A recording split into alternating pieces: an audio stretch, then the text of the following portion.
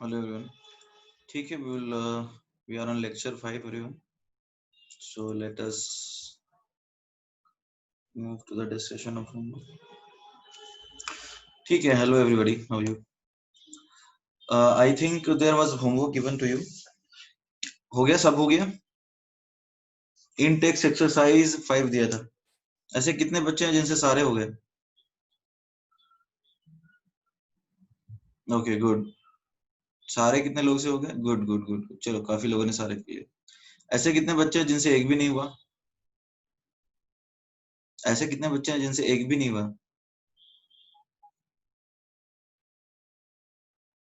Okay, ऐसा कोई नहीं है. ठीक है, फिर डाउट पूछ लो. 1 2 3 में कोई डाउट है? 1 से लेके 4 तक में कोई डाउट है? 1 से लेके 4 तक में किसी को कोई डाउट है? Please right in the chat box. 1 2 3.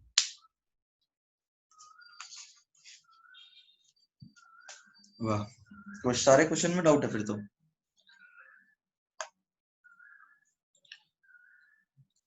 Question तो काफी इजी दिए थे वैसे.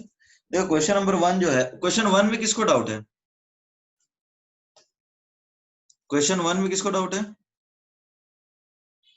somebody said 1. देखो, क्वेश्चन 1 बहुत इजी है. देखो, फॉर फोटो इलेक्ट्रिक, अच्छा, for photoelectric emission, photoelectric emission के लिए होना क्या चाहिए? The energy should be greater than the work function, right? तो एनर्जी के लिए हम क्या लिख सकते हैं? H C by lambda, and this H C by lambda should be greater than work function lambda naught. यानी 1 by lambda, H C cancel हो जाएगा, should be greater then 1 by lambda naught, right? 1 by lambda should be greater than lambda naught. ये इससे ज्यादा भी हो जाए तो भी चलेगा, ग्रेटर देन और इक्वल टू. तो अब बताओ, lambda should be less than lambda naught और equal to lambda naught. Is that clear everybody? Question 2 में किसी को डाउट है? क्वेश्चन 2 में किसी को डाउट है? नहीं. क्वेश्चन 3? क्वेश्चन 3 भी नहीं. ठीक है, question 4, question 3. Which of the following statements are correct in context of photoelectric effect, assuming nu is greater than nu naught? देखो, यदि गिवन एनर्जी वर्क फंक्शन से ज्यादा है, यदि जो गिवन एनर्जी दिया तुमने, if it is greater than work function, तो क्या होगा? Kinetic energy of the ejected photo electron is independent of intensity of radiation. ये तो हमने पढ़ा था. काइनेटिक एनर्जी ये हमने ऑब्जर्वेशंस में लिखा था, ठीक है, कि ये बताया था. अच्छा, ये लोग ये बताओ कितने लोग वाकई घर पे जाके पढ़ते हो? बिकॉज मुझे तो नहीं भरोसा होता है तुम लोग पढ़ते हो घर पे. कॉन्सेप्ट में डाउट पूछते हैं. इट्स नहीं, बट ये भरोसा करने लायक नहीं है. The kinetic energy of the ejected electron is independent of the intensity. ये तो ऑब्जर्वेशन में था ना एवरीबॉडी, ये ऑब्जर्वेशन में था. The number of photo electrons ejected depend on intensity. ये भी सही है या गलत है बताओ? ये सारे number of photo electrons emitted depend on intensity, ये सही है या गलत है? ऑप्शन बी बताइए. क्या number of photo electrons depend करता है इंटेंसिटी पे? ये हमने लिखा है ना. Okay, the kinetic energy of the emitted electrons depends on frequency. ये सही है या गलत है? तो क्या आंसर है? ऑल ऑफ दीज होगा. Is that clear? तो आंसर डी है. अरे देखो, it is very important for every one of you कि आप घर पे जाके पढ़ाई करें, जो नोट्स हैं उसको एक बार पढ़ें, रिवाइज करें. यार, इसके बिना बड़ा डिफिकल्ट हो जाएगा. इफ यू आर रिलक्टेंट और तुम मान चुके हो और कसम खा चुके हो कि नहीं पढ़ोगे तो भी दिक्कत है. क्वेश्चन 4, क्वेश्चन 4 क्लियर है? क्वेश्चन 4 में कितने लोगों को डाउट है? क्वेश्चन 4 सबको क्लियर है? ठीक है, good. I converted eV into joules. ठीक है, कर देता हूँ क्वेश्चन 4. देखो, क्वेश्चन 4 में क्या डेटा गिवन है. इंसिडेंट एनर्जी को मैं लिखता हूँ H C by lambda, work function को लिखता हूँ फाई नॉट, प्लस प्लस क्या दे रखा है 1 इलेक्ट्रॉन वोल्ट।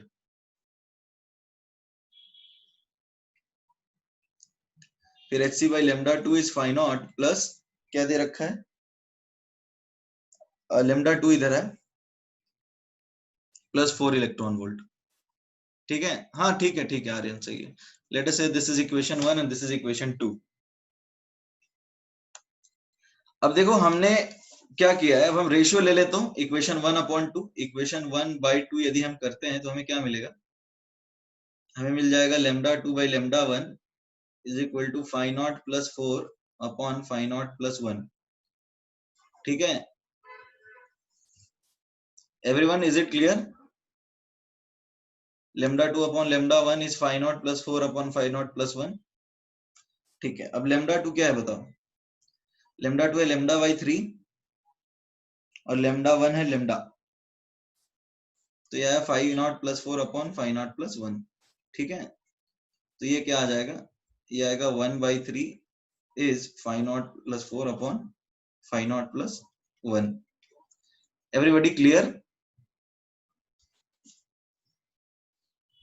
ठीक है ना, कोई दिक्कत है?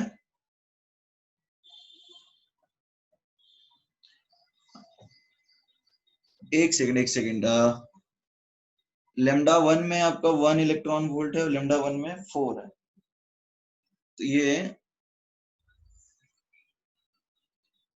ये एक्चुअली ये है, एक सेकंड रुक जाओ, है ना, ये 1 आएगा और ये 4 आएगा क्योंकि ऊपर 1 है और नीचे 4 है ना। इक्वेशन सही कर लेता हूँ। Everybody clear now? एक्चुअली देखो क्या है, फिर से समझा देता हूँ मैं। तुम्हारे पास Hc by lambda 1 is phi naught plus 1, Hc by lambda 2 is phi naught plus 4। यहाँ तक किसी को डाउट है क्या? Everyone clear on this? ठीक है, अब देखो हमें क्या करना है, फाई नॉट निकालना है और lambda 1 lambda 2 दिया है, तो हमने क्या किया, इन दोनों का रेशियो ले लिया, तो lambda 2 by lambda 1 आया, यहाँ lambda 2 by lambda 1 आएगा। ठीक है, इक्वेशन 1/2, तो इक्वेशन 1 में lambda phi naught plus 1 है और इक्वेशन 2 में phi naught plus 4 है। ठीक है, ये उल्टा कर दिया था तो इसको हमने सही कर लिया, तो यह phi naught plus 1 phi naught by 4। ठीक है, इसमें कोई डाउट है किसी को? Is it clear everybody? Everybody is it clear now? तो अब देखो ये क्या आ रहा है, this is 3 phi naught plus 1 is equal to phi naught plus 4, right? It is 3 phi naught plus 1 is equal to phi naught plus 4। अब जरा हम इसको सॉल्व करके देखते हैं कि क्या वैल्यू आती है। तो ये आएगी 3 phi naught plus 3 is equal to phi naught plus 4, तो यानी क्या आया, 2 phi naught is equal to 1। तो phi naught क्या है, वर्क फंक्शन 0.5 इलेक्ट्रॉन वोल्ट। इसमें किसी को डाउट है?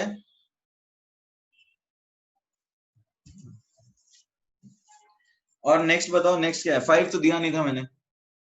Okay, return everyone.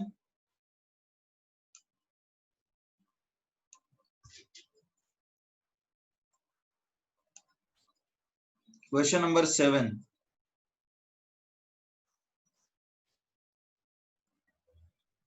Question number 7 में देखो, काइनेटिक एनर्जी जो होता है, तुम्हें पता है h nu is equal to h nu naught plus kinetic energy. तो काइनेटिक एनर्जी जो है it is h nu minus nu naught, it is h nu minus nu naught. ये बात समझ में आ रही है नहीं आ रही? Everybody clear on this? तो अब बताओ कि क्वेश्चन पूछा है कि the maximum kinetic energy of the electrons is linearly proportional to, किसके प्रोपोर्शनल है बताओ? फ्रीक्वेंसी के प्रोपोर्शनल है, क्योंकि यहां पर देखो ये आएगा h nu minus h new not. h new not को हम फाई नॉट बोल सकते हैं, तो ये जो ke है ये तो एक्चुअली में मैक्सिमम ही होता है, तो यहाँ पर वेरिएबल पार्ट तो सिर्फ न्यू है ना। Is it clear? तो किसके ऊपर डिपेंड कर रहा है बताओ? एवरीबॉडी प्लीज रिस्पॉन्ड, ये किसके ऊपर डिपेंड कर रहा है? ये it depends on, it is proportional to frequency, the frequency. Is it clear? और नेक्स्ट क्वेश्चन में किसी में डाउट है? और कुछ दिया था क्या? और कुछ दिया था? ठीक है, नहीं दिया था। तो देखो एक जनरल है, जैसे जैसे चैप्टर बड़ा होता जाएगा ना तो आपको पढ़ना पड़ेगा, मतलब जो क्लास में कराया जा रहा है आपको एक बार रिवाइज करना है और उसके बाद क्वेश्चंस करने हैं, ठीक है। मैं ये मानूंगा कि पिछले क्लास में जो पढ़ाया हुआ है वो आपको इस क्लास में आता है, ठीक है। और यदि पिछला पढ़ाया हुआ में तुम्हें डाउट है तो तुम क्लास में ही पूछो, क्लास में यदि कोई डाउट है तो you can easily ask, concept पे डाउट नहीं रखना है, वो बेझिझक बोलो। बट हाँ, ये मेरी एक्सपेक्टेशन है कि आपको जो पढ़ाया जाएगा आप उस पर सवाल करेंगे, उसको आप रिवाइज करेंगे। Is it clear everybody? Question 8 नहीं दिया था भावेश, क्वेश्चन 8 दिया था क्या होमवर्क? स्टॉपिंग पोटेंशियल तो मैंने कराया ही नहीं अभी तक। स्टॉपिंग पोटेंशियल कराया है क्या? नहीं दिया होगा, नहीं दिया होगा, वो स्टॉपिंग पोटेंशियल तो अभी तक कराया नहीं है मैंने, ठीक है। ओके, अभी देखो हमारा नेक्स्ट टॉपिक क्या है, graph of kinetic energy versus frequency. देखो ये आसान है, कोई बहुत मुश्किल काम नहीं है। काइनेटिक एनर्जी हमने क्या पढ़ा है, it is H nu minus nu not, इसमें कोई दिक्कत है? तो अब मान लो, देखो मान लो तुम्हारे पास एक ग्राफ है y is equal to M X plus C, तो इसका लाइन प्लॉट कर सकते हो सब कोई? Can you draw the graph of y is equal to M X plus C? ये ग्राफ बन जाएगा तुम लोगों से? Please respond. देखो when x is equal to 0 y is equal to c, ठीक है। When y is equal to 0, when y is equal to 0 तो x क्या आ रहा है बताओ? x आ रहा है minus C plus M. Everybody clear है? तो अब ये क्या आएगा, और इसका स्लोप क्या है? स्लोप है m। अच्छा, will it start from origin? अच्छा, ये ग्राफ जो है will it pass through origin everybody? नहीं। अरे यार अपना नाम रखो फुनसुक वांगडू।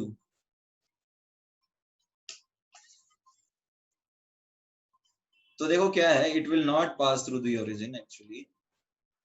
यहाँ पर जब y 0 है, जैसे मान लो ये x है और ये y है, तो जब y 0 है तो क्या होगा, ये x minus C by M है ना, तो it will be something like this. और when x is 0 y will be c, so this point will be 0 comma c, ठीक है। अब तुम्हें क्या करना है, y और x का ग्राफ, तो इसमें किसी को डाउट तो नहीं है ना? Everybody return. ये लिखना है क्या, ये जनरल चीज है, इसका ग्राफ बनाना इसलिए मैंने बताया। Do you want to write this? ठीक है, let us move to Vedant says yes. Okay ठीक है वेदांत, लिखो अभी, right it down.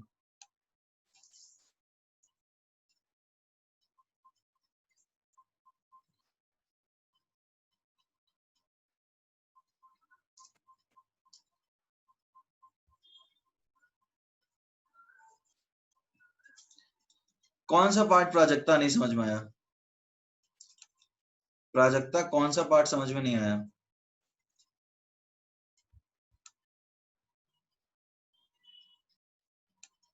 Prajakta can you please explain what you could not understand? अरे हमने क्या किया है, हम एक ग्राफ बनाने वाले हैं काइनेटिक एनर्जी वर्सेस फ्रीक्वेंसी का। तो काइनेटिक एनर्जी होता है h nu minus nu naught, तो हमें काइनेटिक एनर्जी रखना है y एक्सिस पे और फ्रीक्वेंसी रखना है x एक्सिस पे। ये वाली ग्राफ हमें बनानी है, ठीक है। तो इसको समझाने के लिए मैंने एक जनरल ग्राफ बनाया है y is equal to M X plus C, ठीक है। ठीक, ये तो बहुत बेसिक चीज है। Everybody return now.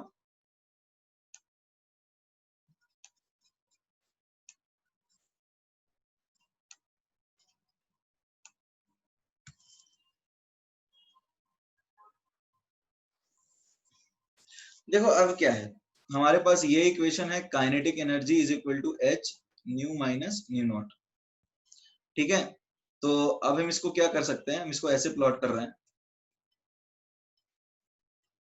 y axis पे काइनेटिक एनर्जी और x एक्सिस पे फ्रीक्वेंसी। ये काइनेटिक एनर्जी है और ये है फ्रीक्वेंसी। तो तुम्हें ये बात समझ में आ रही है कि कुछ लाइन ऐसा आएगा, it will be something like this. जैसे y is equal to 2x minus 3 का ग्राफ कैसे बनेगा, कुछ इसी तरह बनेगा ना। ये समझ में आया कैसे ग्राफ बना दिया हमने? This is kinetic energy on the Y axis and frequency on the X axis. तो ये वाला पॉइंट क्या आएगा? This will be nu naught, that is threshold frequency. इसमें किसी को डाउट है क्या? देखो, when nu is equal to nu naught, तो काइनेटिक एनर्जी क्या है? काइनेटिक एनर्जी हो जाएगा nu H nu minus nu naught. तो न्यू नॉट है, तो nu naught minus nu naught तो जीरो आएगा ना। तो जब फ्रीक्वेंसी न्यू नॉट के बराबर होगा तो काइनेटिक एनर्जी जीरो होगा। Mu C, photo electric effect के लिए nu should be greater than equal to nu naught. तो इसके नीचे तो फोटो इलेक्ट्रिक एमिशन नहीं होगा, तो इसके नीचे हमें देखने की जरूरत नहीं है। So is this graph clear to everyone?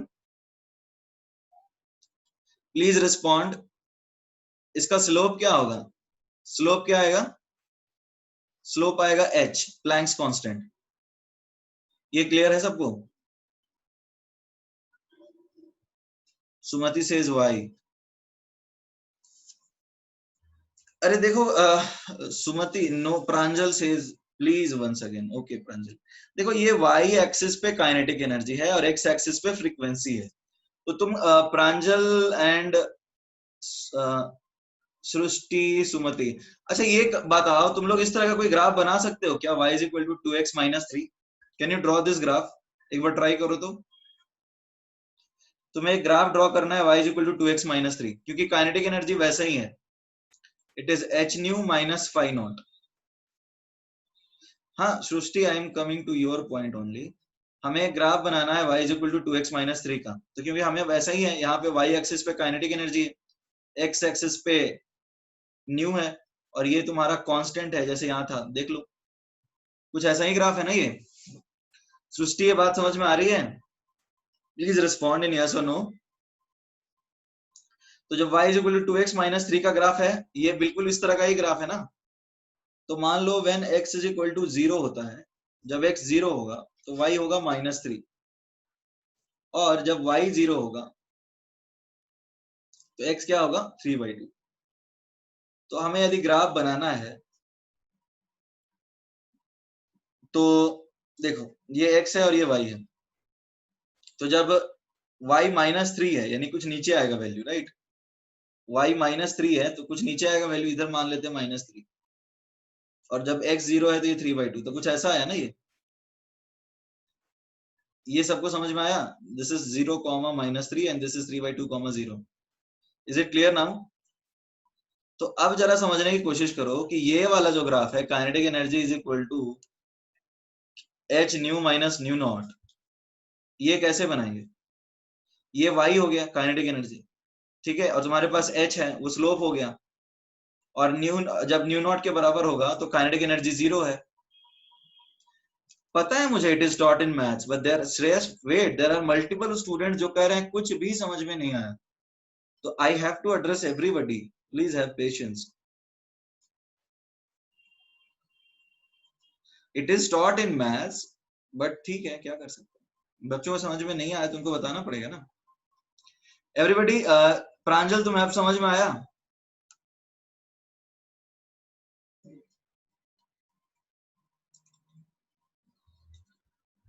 y is the slope h, okay, y is the slope h, okay, ठीक है।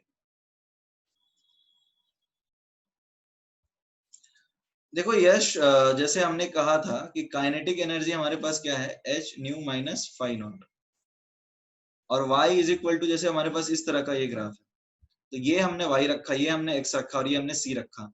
तो स्लोप क्या है बताओ? इस इक्वेशन में स्लोप क्या है? इस इक्वेशन में स्लोप 2 है, तो इस इक्वेशन में स्लोप क्या होगा?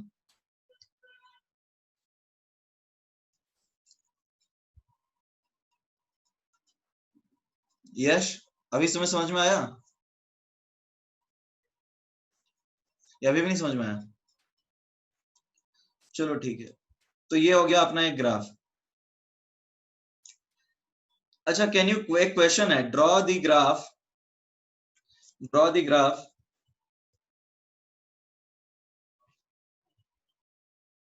between kinetic energy and frequency for 3 photometals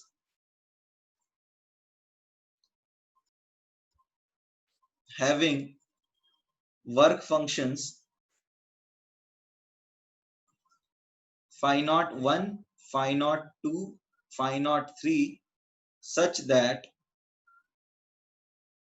phi naught 1 is greater than phi naught 2 greater than phi naught 3. ठीक है, and h nu is greater than phi naught 1, phi naught 2, phi naught 3. मतलब एक photon आया जिसका frequency new है जो कि तीनों के वर्क फंक्शन से ज्यादा है. तो तुम्हें सेम ग्राफ में करना क्या है, सेम ग्राफ में तुम्हें प्लॉट करना है काइनेटिक एनर्जी वर्सेस फ्रीक्वेंसी.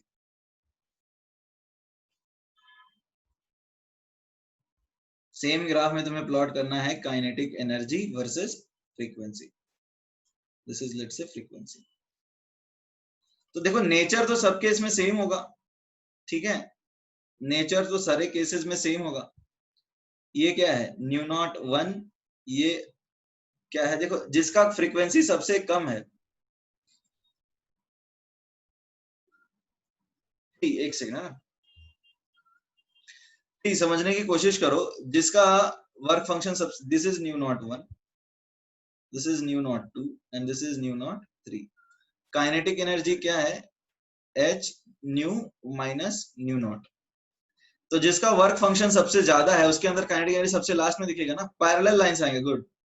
और सबके केस में स्लोप h होगा, स्लोप हर केस में h होगा. And this corresponds to phi naught 3, this corresponds to phi naught 2 and this corresponds to phi naught 1. ये ग्राफ समझ में आया? ये ग्राफ कितने लोगों को समझ में आ गया? वैसे ये क्वेश्चन है, ये आपको करना था.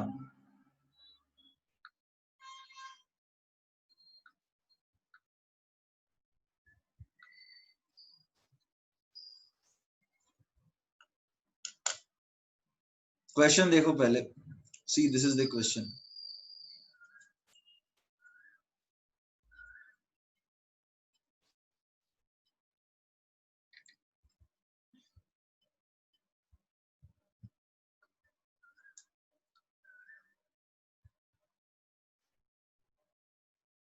Okay, question written.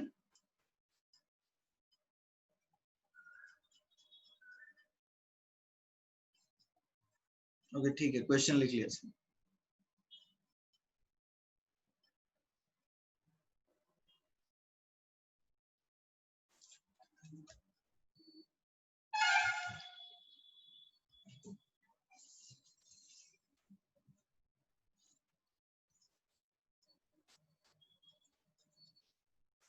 Okay done, fine.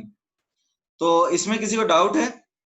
देखो जिसका वर्क फंक्शन सबसे ज्यादा है, जैसे वर्क फंक्शन सबसे ज्यादा किसका है, देखो जिसका वर्क फंक्शन सबसे ज्यादा है यानी वर्क फंक्शन सबसे ज्यादा phi naught 1 का है, तो उसमें हाईएस्ट फ्रीक्वेंसी, मतलब सी समझने की कोशिश करो, जब वर्क फंक्शन ज्यादा है तो काइनेटिक एनर्जी कम होगा ना.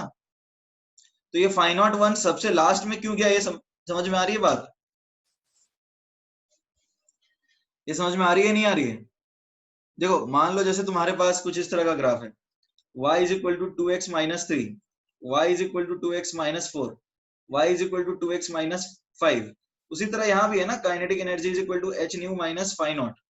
तो जब तुम ये वाली वैल्यू बढ़ाओगे 3 से 4 से 5 होते जाओगे तो क्या होगा, वैसा ही ग्राफ आगे की तरफ शिफ्ट होता जाएगा. Kinmay says no. Okay, Kinmay हो या कीमय हो, क्या, what is your name? I could not. Kimay, how is it called?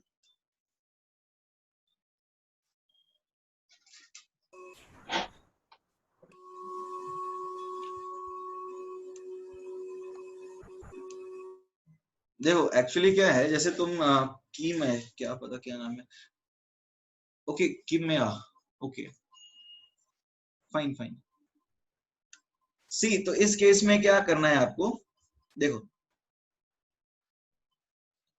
जैसे ये y है और ये x है, तो y is equal to 2x minus 3 का ग्राफ देखोगे तो ये इंटरसेक्ट करेगा y, ये -3/2 पे आएगा. ये समझ में आ रहा है किमिया?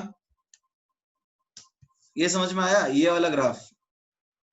ये this is y is equal to 2x minus 3. अब ये वाला जो ग्राफ है ये आएगा यहाँ पे -2 पे, so this is y is equal to 2x - 4, और ये यहाँ पे इंटरसेक्ट करेगा -5/2, तो ये आएगा y is equal to 2x - 5। तो देखो जैसे जैसे हम फाई नॉट की वैल्यू बढ़ा रहे हैं ये ग्राफ आगे शिफ्ट हो रहे हैं ना, ये इसके आगे चला जा रहा है। वैसे ही देखो यहाँ पर तो नेगेटिव वैल्यूज अलाउड है, बट वहां पे काइनेटिक एनर्जी नेगेटिव नहीं हो सकता, इसलिए हमने सीधा आगे बढ़ा दिया है। Is it clear now? जिसका ये वाला फाई ज्यादा होगा, जैसे हमने लिखा है क्या, kinetic energy is h nu minus h new not, यही होता है ना, kinetic energy h nu minus nu naught, तो जिसका ये ज्यादा होगा वो आगे की तरफ शिफ्ट हो जाएगा। तो यहाँ पर भी जिसका न्यू ज्यादा है वो आगे की तरफ शिफ्ट हो रहा है। ओके एवरीबॉडी, इसमें और किसी को डाउट है तो आगे बढ़ जाए।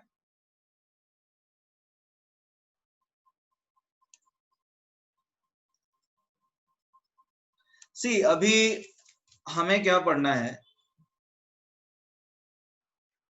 हमारा नेक्स्ट टॉपिक है stopping potential for the emitted electron in photo electric effect. Sir वो 3/2 कैसे आ रहा था, कहां से आता है? वाह वेदांत, ये बताओ ये -3/2 5/2 ये कैसे आ रहा है?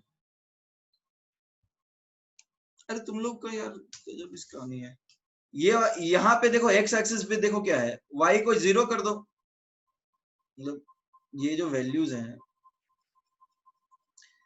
एक्चुअली में देखो ये इस तरफ है, सॉरी यहाँ इधर प्लॉट किया है, y को 0 करो तो ये आएगा 3/2, ये आएगा 2, और ये आएगा 5/2, ये इधर नहीं इधर। ठीक है वेदांत, ये x की वैल्यूज है, मतलब y हम 0 पुट कर रहे हैं तो ये आगे बढ़ता जा रहा है। वेदांत अरे देखो एक्चुअली यहाँ पे मैंने प्लॉट कर दिया, इसको यहाँ दिखाना था, ये कि जब तुम y is equal to 0 put कर दो तो क्या होगा, तो ये इस तरह से वैल्यूज आ रही थी। तो जैसे जैसे ये वाला वैल्यू बढ़ रहा है ना, जैसे यहाँ 3 है तो यहाँ 3/2 आया, ये 4 है तो ये 4/2 2 आया, ये 5 है तो ये 5/2 आया। तो जैसे जैसे ये 5 वाला वैल्यू बढ़ रहा था ये ग्राफ इस तरफ शिफ्ट हो रहा था। ठीक है, जैसे 3 में y is equal to 0 put करो तो क्या आएगा, 2x - 3 is 0, तो 2x आएगा 3, तो x आया 3/2। ठीक है, तो यहाँ से ये 3/2 आ गया, यानी ये पॉइंट यहाँ। फिर 2x - 4 को 0 करते हैं तो इससे x आया 2, तो यहाँ पे। फिर उसी तरह से तुम 2x - 5 को 0 करो तो x आएगा 2.5, तो ये यहाँ पे। तो जैसे जैसे ये 5 का वैल्यू बढ़ रहा है वो आगे बढ़ता जाएगा ग्राफ।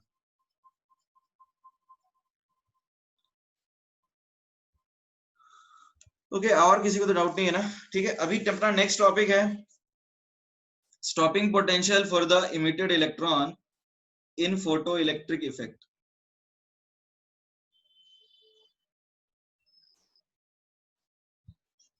सी हमें करना क्या है, हमें निकालना है स्टॉपिंग पोटेंशियल। अब व्हाट इज स्टॉपिंग पोटेंशियल, जैसे फोटो इलेक्ट्रिक इफेक्ट में क्या होता है, ये मेटल शीट पे फोटोन आया, इलेक्ट्रॉन निकलना लगा, right, electron started moving out with certain kinetic energy, right. तो अब जैसे तुम्हारे तरफ एक बॉल फेंका, या फिर तुम फुटबॉल खेल रहे हो और गोलकीपर हो, मैं तो बॉल आकर किक कर रहा हूं और तुम्हें रोकना है, तो मैंने क्या काइनेटिक एनर्जी बॉल को दी, यदि ये तुम्हें मेजर करना है तो बेस्ट तरीका क्या होगा बताओ? बॉल को रोक के देखोगे तब पता चलेगा ना काइनेटिक एनर्जी कितना है। Is it clear? Suppose you want to measure the kinetic energy of a moving ball, so how do you measure it, कैसे मेजर करोगे? रोक करके देखोगे ना, स्टॉप करके देखोगे, बॉल को रोक करके देखोगे। ठीक है, इसमें किसी को डाउट है? उसी तरह से to experimentally measure to experimentally measure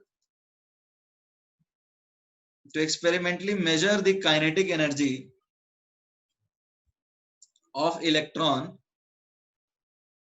we need to stop it, we need to stop it। ठीक है, अब स्टॉप नहीं समझ में? आकाश, आकाश क्या दिक्कत है? अरे जैसे एक बॉल मूव कर रहा है, suppose there is a ball which is moving towards you, किसी ने एक किक मार दिया बॉल को, फुटबॉल को, और तुमको रोक के पता करना है कि काइनेटिक एनर्जी क्या है। या फिर सोचो एक मूविंग बॉल की काइनेटिक एनर्जी तुम कैसे मेजर करोगे? तुम उसको रोक के देखोगे। ये बात समझ में आ रही है या नहीं आ रही? तो उसी तरह से जो फोटो इलेक्ट्रिक इफेक्ट में इलेक्ट्रॉन इजेक्ट होता है, फोटो इलेक्ट्रिक इफेक्ट में जो इलेक्ट्रॉन इजेक्ट होता है, यदि हम उसको चाहें उसकी काइनेटिक एनर्जी को मेजर करना, right, if we want to measure the kinetic energy of the electron, then how do we do it? हम कैसे कर सकते हैं? उसको रोक करके। जब हम रोकेंगे तो पता चलेगा ना। तो यहाँ पे वही कॉन्सेप्ट है, we need to stop it. अब देखो इलेक्ट्रॉन एक चार्ज पार्टिकल है, तो चार्ज पार्टिकल को रोकने के लिए एक रिवर्स पोटेंशियल लगाना पड़ता है, by applying a reverse potential, a reverse potential known as stopping potential, called stopping potential। ये बात समझ में आ रही है या नहीं आ रही है? Is it clear everyone? से यस और नो। इलेक्ट्रॉन जो निकला हमें उसको रोकना है, तो उसको रोकने के लिए हम रिवर्स पोटेंशियल लगा रहे हैं। जैसे इस डायरेक्शन में इलेक्ट्रॉन जा रहा है, electron is moving in this direction, suppose electron is moving in this direction, तो इलेक्ट्रॉन के अपोजिट एक पोटेंशियल लगा देंगे, पॉजिटिव और नेगेटिव, तो इलेक्ट्रॉन इस डायरेक्शन में लगेगा। ठीक है, इलेक्ट्रॉन जो है उसके ऊपर अपोजिट डायरेक्शन में फोर्स लगेगा ना, क्योंकि इलेक्ट्रॉन तो positive. For writing please page ऊपर करो। तुम्हें दिख नहीं रहा है तिलक? यहाँ पे वोल्टेज लगाया है तिलक, इज इट विजिबल? क्या दिक्कत है तुम्हें? Everybody can you see? ठीक है, उसको लिखना है, राइट डाउन, लिख लो फिर।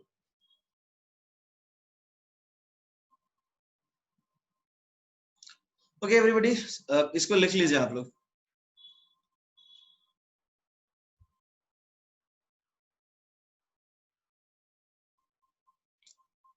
रुक जाओ Shruti, will come to that.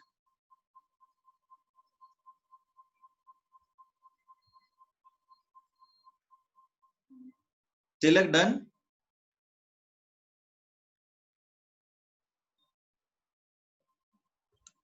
तो देखो हमने क्या सीखा है, ये इलेक्ट्रॉन इस डायरेक्शन में काइनेटिक एनर्जी लिए हुए जा रहा है।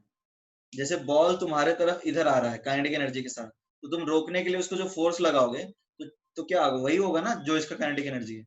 ठीक है, तो अब क्या है, work done on the charge particle, हम लोग जानते हैं work done on charge particle क्या होता है। Work done on charge particle is written as charge particle into, हमने पढ़ा था ना, Q इंटू वी, राइट। ये होता है V, Q इंटू वी, मतलब चार्ज पार्टिकल के ऊपर चार्ज Q और इंटू पोटेंशियल जो है वो अप्लाइड। यहाँ पे V क्या है? Potential applied on charge particle है। यहाँ पे V इज द पोटेंशियल या फिर voltage applied on the charge particle.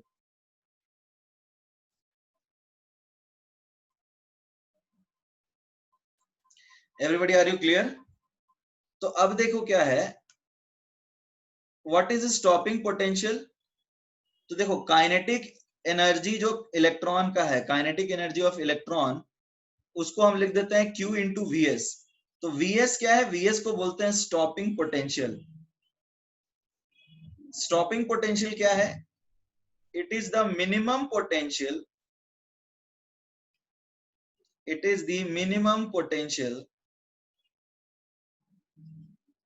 which must be applied, it is the minimum potential which must be applied to stop the electron emitted in photoelectric effect। ये समझ में आ रही है बात या नहीं आ रही है? देखो उससे ज्यादा लगा दिया तब तो इलेक्ट्रॉन काइनेटिक एनर्जी दूसरे डायरेक्शन में अक्वायर कर लेगा ना। समझ में आ रहा है? जैसे मान लो काइनेटिक एनर्जी 4 इलेक्ट्रॉन वोल्ट है, तो स्टॉपिंग पोटेंशियल कितना लगेगा बताओ? यदि काइनेटिक एनर्जी 4 इलेक्ट्रॉन वोल्ट है, यदि इस बात को समझे हो, तो what will be stopping potential? 4, क्योंकि 4 electron volt is the kinetic energy which is generated when electron is accelerated by 4 volt. तो इसको रोकने के लिए 4 वोल्ट लगेगा ना, समझ में आ रहा है? तो अब देखो तुम्हें पता है कि हाँ correct correct, charge on electron क्या होता है? चार्ज ऑन इलेक्ट्रॉन होता है E। तो अब देखो क्या है, यदि यदि काइनेटिक एनर्जी तुम्हारे पास 4 इलेक्ट्रॉन वोल्ट है तो स्टॉपिंग पोटेंशियल 4 वोल्ट होगा। समझ में आया? E is the charge on ये electron. Everybody are you clear on this? उसी तरह से यदि काइनेटिक एनर्जी 10 इलेक्ट्रॉन वोल्ट है तो Vs क्या है? Stopping potential 10 volt. तो ये कॉन्सेप्ट है स्टॉपिंग पोटेंशियल का। एवरीबॉडी इसको लिख लीजिए, इसमें किसी को डाउट है तो पूछ लीजिए। यदि किसी को डाउट है तो उसमें शर्माने की कोई बात नहीं है, आप पूछ लीजिए। यदि कोई चीज समझ में नहीं आई, वो बहुत सिल्ली सा भी है तो भी पूछ सकते हो, ऐसा कोई टेंशन नहीं। बट हाँ, होमवर्क वगैरह किया करो, रिवाइज वगैरह किया करते रहो बस। Vs क्या है? Vs is stopping potential, S stopping and V is voltage, voltage stopping. Stopping potential ज्यादा दिया तो अपोजिट डायरेक्शन में काइनेटिक एनर्जी अक्वायर कर लेगा। जैसे बॉल को रोकने के लिए 10 जूल चाहिए और तुमने 20 दे दिया तो अपोजिट डायरेक्शन में 10 जूल अक्वायर कर लेगा वो। लेकिन हमें वो नहीं करना है, हमें बस उसको रोकना है, ठीक है?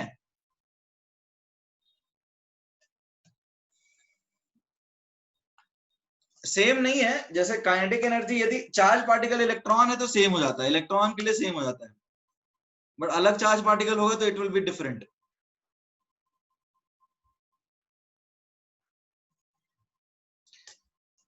Everybody done?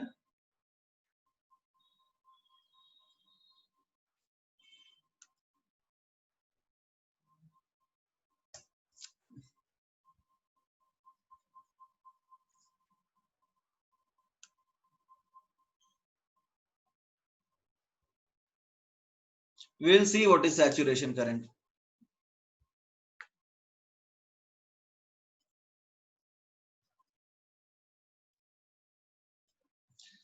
हो गया लिखने का काम सबका?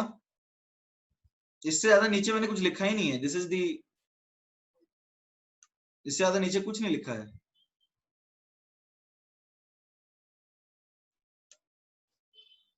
Fine.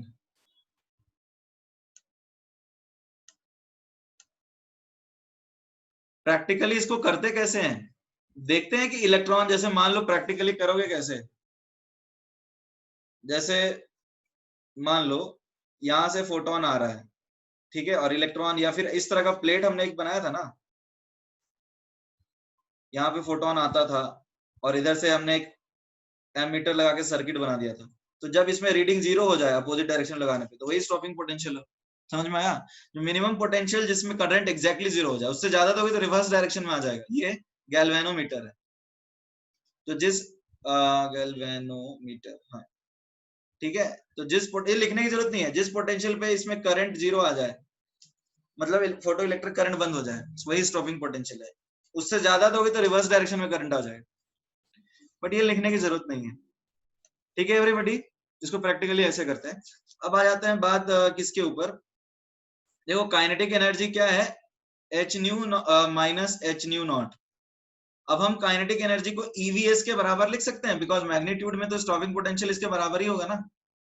Everybody is it clear? Kinetic energy को हम ईवीएस लिख सकते हैं क्या? एवरीबॉडी प्लीज रिस्पॉन्ड, बिकॉज ये मैग्नीट्यूड में तो बराबर ही होगा। ये वाली बात सबको समझ में आ रही होगी। अब देखो ईवीएस को हम कैसे लिख सकते हैं, it is H nu minus H nu naught. तो यदि हम वीएस लिखते हैं स्टॉपिंग पोटेंशियल, तो आएगा H by E new minus nu naught. ये वाली बात सबको समझ में आ रही है या नहीं आ रही है? वीएस जो है वो आ जाएगा H by E mu minus mu naught. अब जरा एक ग्राफ बनाओ। अब ये मैं देता हूं, I want everybody to try this out. यहां तक किसी को डाउट है क्या?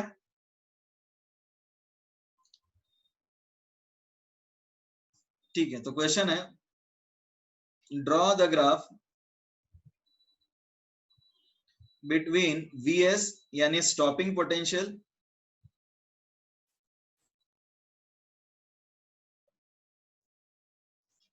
And nu naught, sorry nu naught नहीं, न्यू इंसिडेंट फ्रीक्वेंसी।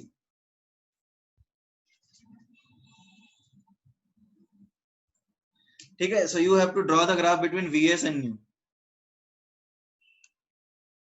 चलो शुरू हो जाओ सब लोग। ठीक है, लिख लो। नहीं मतलब स्लोप क्या आएगा बताओ, स्लोप क्या आएगा श्रेयस? एच, ठीक है ठीक है, सही है सही है। हाँ एच बाई ई, ये लिख लिया हमने। क्वेश्चन देखो फिर। नहीं नहीं, it will be H by E आकाश।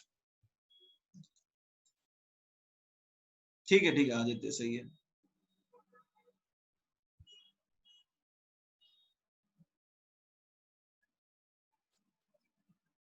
आर्यन तुमने आंसर दिया कहाँ है?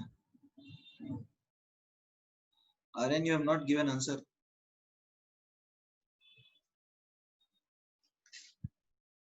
मैग्नीट्यूड सेम नहीं होगा, स्लोप अलग है। स्लोप सही है, सही पार्थ सही है, स्लोप का कम होगा वर्सेस के, मतलब क्या बोलना चाह रहा हो? Okay everybody drawn. देखो बहुत आसान है, यहाँ पे वीएस तुम प्लॉट करोगे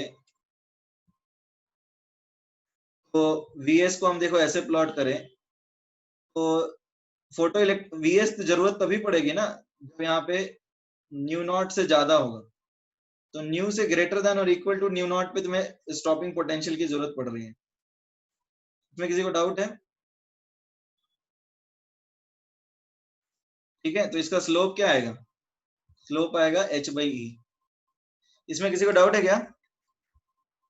वैसे ही ग्राफ है जैसा पिछले बार किया था, वाई एक्सिस पे वीएस रखा है, एक्स एक्सिस पे न्यू रखा है। आकाश तुम्हें डाउट है? क्या डाउट है बताओ।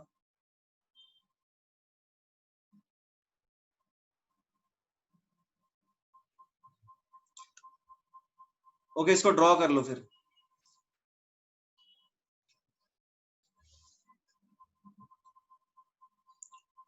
ड्रॉ कर लो everybody, please draw it. Draw कर लिया?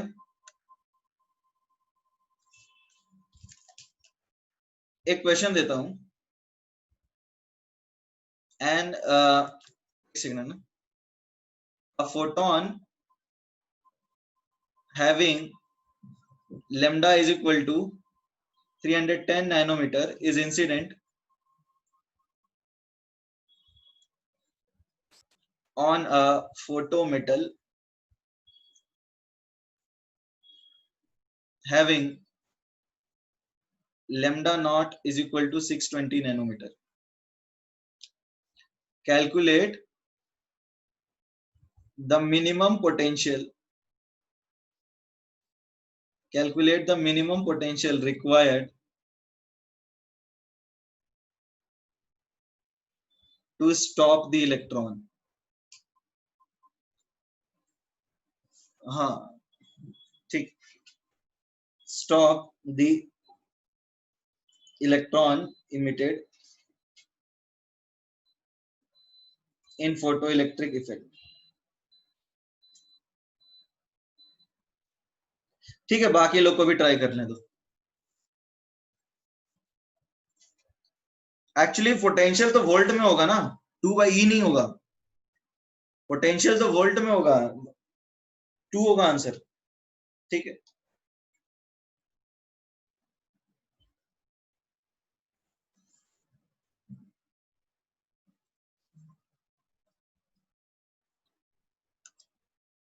सबका आ गया 2?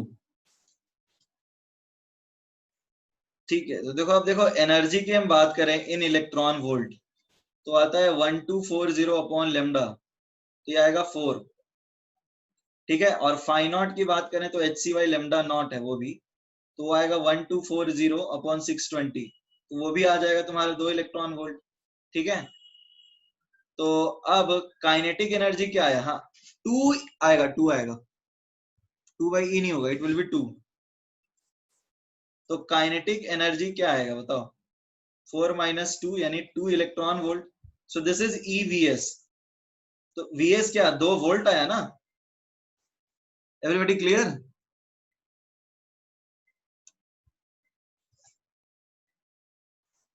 इसका नेक्स्ट पार्ट है, in the above question calculate the minimum potential required, calculate the minimum potential required to accelerate the electron and acquire 2 electron volt energy in the opposite direction.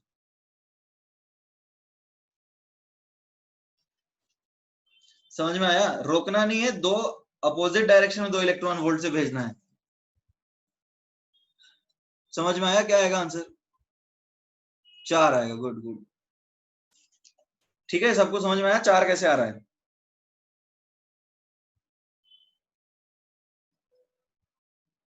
इसमें किसी को doubt है? Answer is 4 volt. गुड. इसमें किसी को doubt है? Answer क्या है इसका? 4 वोल्ट.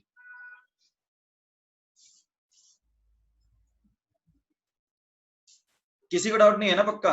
अरे देखो, जीरो पे, जैसे कि जीरो पे लाने पे 2 वोल्ट लग रहा है, तो फिर इस डायरेक्शन अपोजिट डायरेक्शन 2 वोल्ट लगाने पे 4 लगेगा ना? बता दें.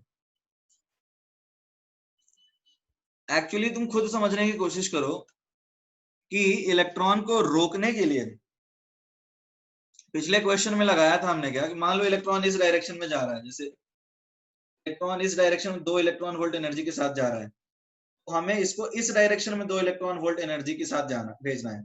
यानी बॉल इधर 10 जूल एनर्जी के साथ आ रहा था और हमें इधर 10 जूल एनर्जी के साथ भेजना है, तो हमें इसको कितना डायरेक्शन एनर्जी देना होगा बताओ? बॉल इस डायरेक्शन में 10 जूल एनर्जी के साथ आ रहा था और हमें क्या करना है? इस डायरेक्शन में 10 जूल एनर्जी देना है, तो टोटल हमें कितना एनर्जी देना होगा?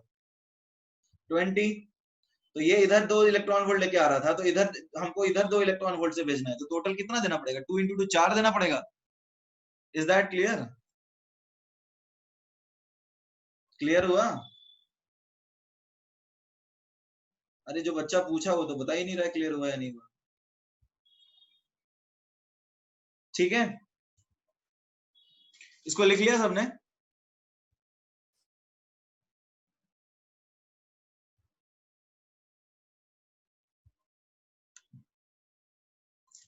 देखो, अब हमारा नेक्स्ट टॉपिक क्या है? सैचुरेशन करंट, जिसको बोलते हैं फोटो इलेक्ट्रिक करंट.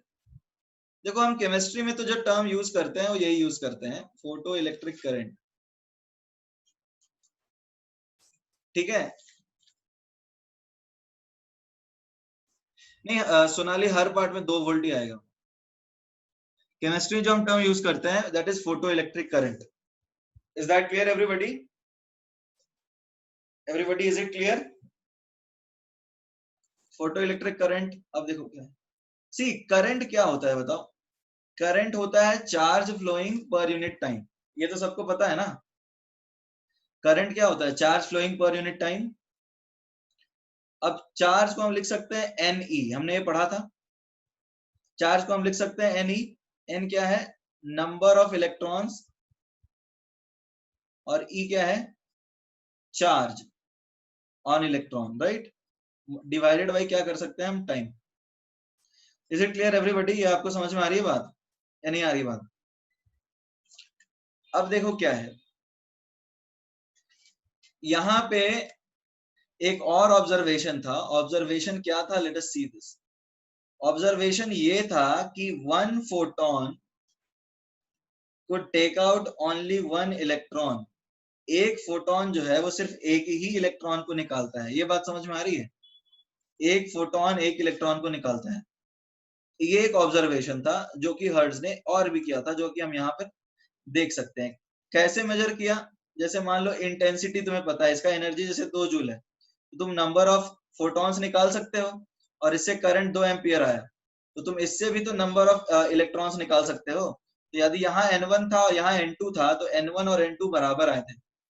ये समझ में आया? जितने फोटॉन्स है, मान लो एनर्जी फोटोन का तुम्हें पता है, तो तुमने नंबर ऑफ फोटॉन्स काउंट कर लिए. तुम्हें करंट पता है, तो नंबर ऑफ इलेक्ट्रॉन्स काउंट कर लिए.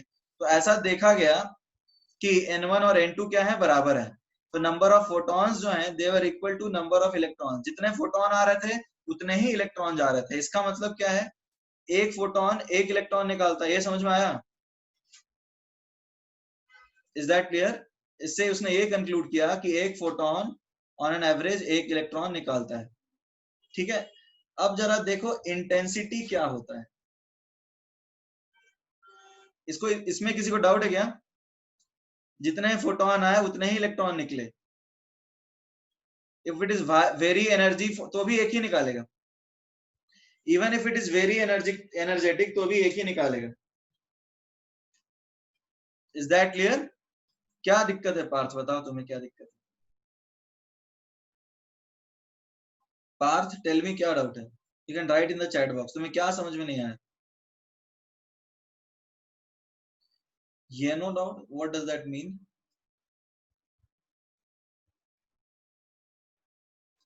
अच्छा ठीक है, अब देखो यहाँ पे मैं फिर से समझा दे रहा हूँ। जितने फोटोन आए उतने ही इलेक्ट्रॉन निकले। ठीक है, तो एक फोटोन से हम ये कंक्लूड करते हैं एक इलेक्ट्रॉन निकलेगा। और बोल रहे हैं कुछ लोग, मान लो इस तरह से बहुत सारे ब्लॉक्स रखे हैं, यहाँ पर एक ब्लॉक, यहाँ एक ब्लॉक, यहाँ एक ब्लॉक, इस तरह से, और ये जमीन है। अब मान लो एक ब्लॉक है, ये वाला, यहाँ पे एक बॉल आ रहा है जिसकी एनर्जी लेट से 50 जूल है, और इसको हटाने के लिए 1 जूल चाहिए, और ये ब्लॉक्स कनेक्टेड नहीं है। तो तुम्हें क्या लगता है ये 50 जूल वाला सारे ब्लॉक लेके जाएगा? नहीं, ये वाला ब्लॉक 49 जूल काइनेटिक एनर्जी के साथ जाएगा, बाकी ब्लॉक्स मूव थोड़ी करेंगे। समझ में आया? तो यदि एनर्जी इंसिडेंट बॉल की ज्यादा है ना, तो ये ब्लॉक ज्यादा काइनेटिक एनर्जी लेके जाएगा। ऐसा नहीं ज्यादा नंबर ऑफ ब्लॉक्स निकलेंगे। Is that clear? यदि एनर्जी इंसिडेंट फोटोन की ज्यादा है तो ये वाला इलेक्ट्रॉन ज्यादा काइनेटिक एनर्जी से निकलेगा। Is it clear? ऐसा नहीं है कि ज्यादा फोटोन निकल जाएंगे। नंबर ऑफ फोटॉन्स जो निकलते हैं डिपेंड्स ऑन इंटेंसिटी। तो अभी देखो बेसिकली क्या था, हम बात करते हैं अभी इंटेंसिटी की। तो हमने क्या पढ़ा था? इंटेंसिटी होता है power incident per unit area, power होता है एनर्जी या फिर work done per unit time, और एनर्जी होता है N H nu upon T into A. Area of cross section constant होता है। ठीक है, तुम देखो तो यदि तुम इस सरफेस पे फोटो मेटल पे फोटो इलेक्ट्रिक एमिशन देख रहे हो तो एरिया कांस्टेंट है। ठीक है, एरिया है कांस्टेंट। रुक जाओ अभी, एरिया कांस्टेंट है, टाइम जिसमें तुम ऑब्जर्व कर रहे हो वो कांस्टेंट है, और सेम फोटोन बार बार आ रहा है वो भी कांस्टेंट है। तो इंटेंसिटी, अच्छा एक बात बताओ, करंट क्या इलेक्ट्रॉन की वेलोसिटी पे डिपेंड करता है? अथर्व तुम ही बात बताओ, तुम ये सवाल पूछ रहे हो। यदि इलेक्ट्रॉन ज्यादा तेज निकल रहा है तो इलेक्ट्रॉन की काइनेटिक एनर्जी पे करंट डिपेंड करता है क्या?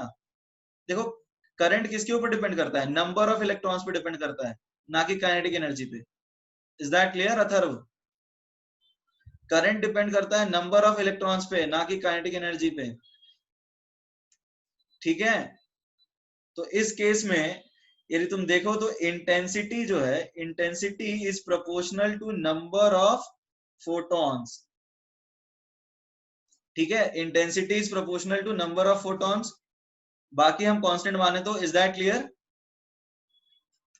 ठीक है, तो हम ऐसा बोल सकते हैं कि यानी आई, यहाँ पे करंट जो प्रोड्यूस होगा that is number of electrons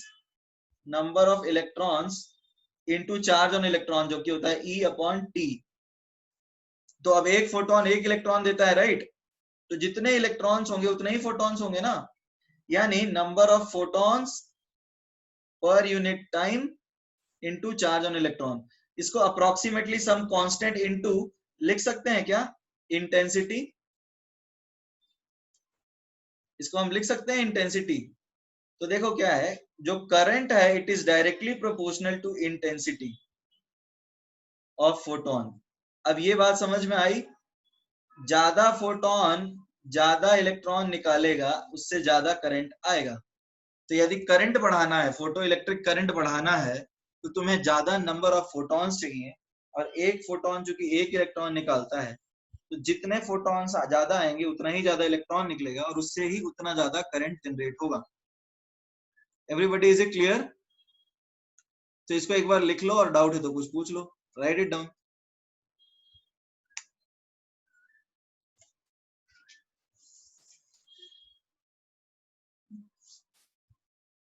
फिर से समझा देता हूं, देखो श्रेयस, यहाँ पे हमने क्या सीखा है?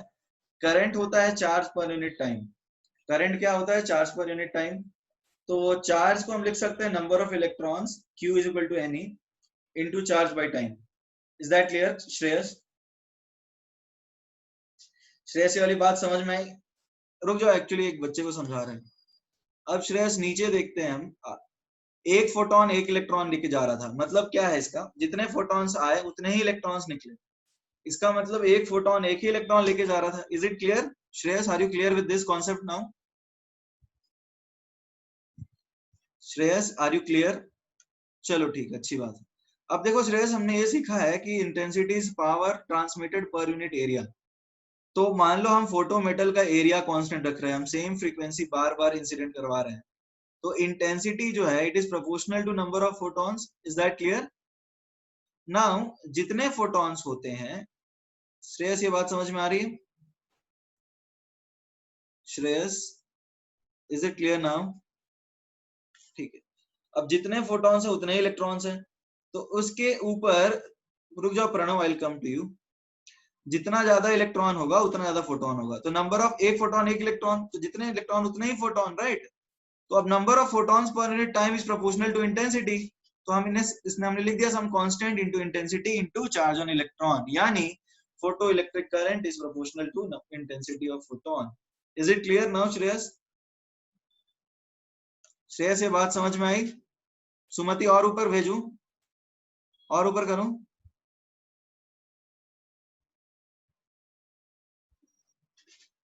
अरे कुछ लोग ऊपर बोल रहे हैं, कुछ लोग नीचे बोल रहे हैं।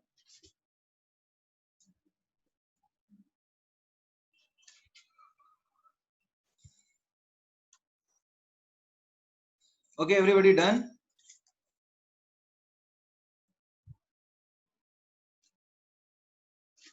किसी का छूट गया तो you can see from here. Done? तो देखो हमने क्या सीखा है, हमने ये सीखा है कि photo electric current is proportional to intensity. जितना ज्यादा फोटोन उतना ज्यादा इलेक्ट्रॉन और उतना ही ज्यादा करंट। तो यदि हम ग्राफ देखते हैं, ग्राफ, तो अब देखो यदि तुम ग्राफ बनाओगे करंट का वर्सेस इंटेंसिटी के साथ, तो it will give you a straight line passing through origin. ये समझ में आया? इंटेंसिटी जीरो, एक भी फोटोन नहीं तो करंट कुछ भी नहीं।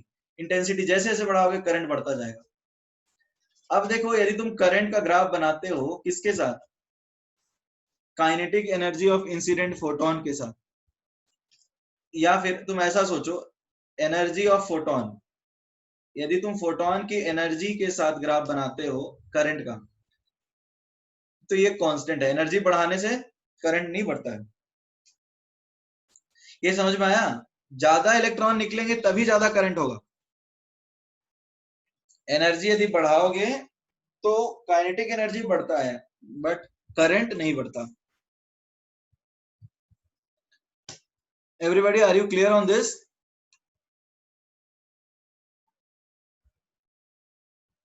तो इसको ड्रॉ कर लो।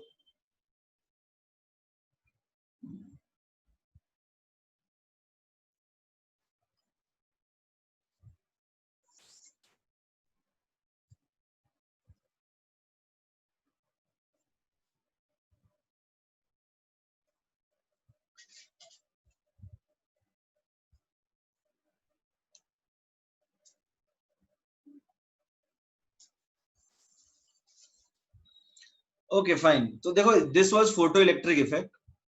आप लोग इसके ऊपर क्वेश्चंस और भी ट्राई कर सकते हैं, बुकलेट में जो मैं होमवर्क दे दूंगा। तो देखो हमारा जो नेक्स्ट टॉपिक है that is Bohr's atomic model, उस पर हम लोग चालू करते हैं। दस kinetic energy, no no kinetic energy depend करता है, हाँ काइनेटिक एनर्जी तो डिपेंड करता ही है ना। प्रणव तुमने ये सीखा हुआ है कि काइनेटिक एनर्जी, यार ये क्यों पूछ रहे हो बार बार? Kinetic energy is H nu minus H nu naught, तो ये फ्रीक्वेंसी पे डिपेंड तो कर ही रहा है ना प्रणव? Is it clear? तो ये तो पहले बता चुका हूं ना मैं, काइनेटिक एनर्जी तो डिपेंड करता ही है, करंट डिपेंड नहीं करता। हमारा जो नेक्स्ट टॉपिक है that is Bohr's atomic theory. देखो बोर्स एटॉमिक थ्योरी पढ़ने से पहले हमें कुछ बेसिक चीजें आनी चाहिए। Before we go and study Bohr's atomic theory में कुछ बेसिक चीजें आनी चाहिए। तो हम लोग वो बेसिक्स पहले कवर करेंगे। बेसिक्स, वो बेसिक क्या है? ओके, पोटेंशियल, जैसे मान लो पहले तो चार्ज पार्टिकल के लिए बात कर लेते हैं। There are two charge particles Q1 and Q2 separated by a distance r। तो इनके बीच का पोटेंशियल एनर्जी क्या आएगा? K Q1 Q2 by r। Is it clear? ये तो सबको पता है ना? अच्छा, उनके बीच का फोर्स क्या आएगा? K Q1 Q2 by r square. The value of K is 9 into 10 की पावर 9 न्यूटन मीटर स्क्वायर पर कूलम स्क्वायर। ये बताया है ना? एवरीबॉडी प्लीज से यस और नो। ठीक है, कुछ और बेसिक चीजें। लीनियर मोमेंटम जानते हो क्या होता है? लीनियर मोमेंटम क्या होता है? Linear momentum is represented by P, it is m into v। Momentum तो नाम जानते ही होगी। ओके, ठीक है, ठीक है। अच्छा, एंगुलर मोमेंटम जानते हो? What is angular momentum? देखो, एंगुलर मोमेंटम का मतलब क्या है? हाँ, mvr होता है। Linear momentum p is equal to mv। जैसे कोई एक बॉल सामने जा रहा है, इस तरह से बॉल गया तो इसको, और सामने एक बंदा है तो इसको चोट लगेगा ना। तो तो यदि बॉल सीधा जा रहा है तो उससे एनर्जी जो ट्रांसफर करेगा, that is linear momentum. Angular momentum का मतलब क्या है? मान लो जैसे ये पंखा घूम रहा है, और या फिर एक तुमने स्ट्रिंग के एंड में पत्थर बांध रखा है, या फिर एक ब्लेड ही घूम रहा है, तो तुम इस ब्लेड में यहां पे टच करोगे तो ज्यादा, मान लो ये इस पॉइंट पे हिंज है। हिंज मतलब समझते हो ना? हिंज मतलब इस पॉइंट पे फिक्स्ड है। तो अब मान लो ये ब्लेड घूम रहा है, तो इस पॉइंट पे ज्यादा एनर्जी ट्रांसफर करेगा या इस पॉइंट पे? या फिर तुम्हारे पास एक बैट है, क्रिकेट खेल रहे हो, तो बॉल यहाँ पे लगेगा तो ज्यादा दूर जाएगा, यहाँ पे, यहाँ पे, यहाँ पे, यहाँ पे। हैंडल से जितना दूर लगेगा उतना ज्यादा दूर जाएगा ना। Is it clear everybody?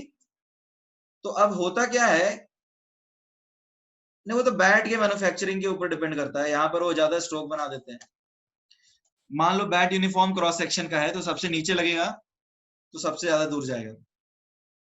ठीक है, तो यहाँ पे उसी तरह से यदि let's say you have a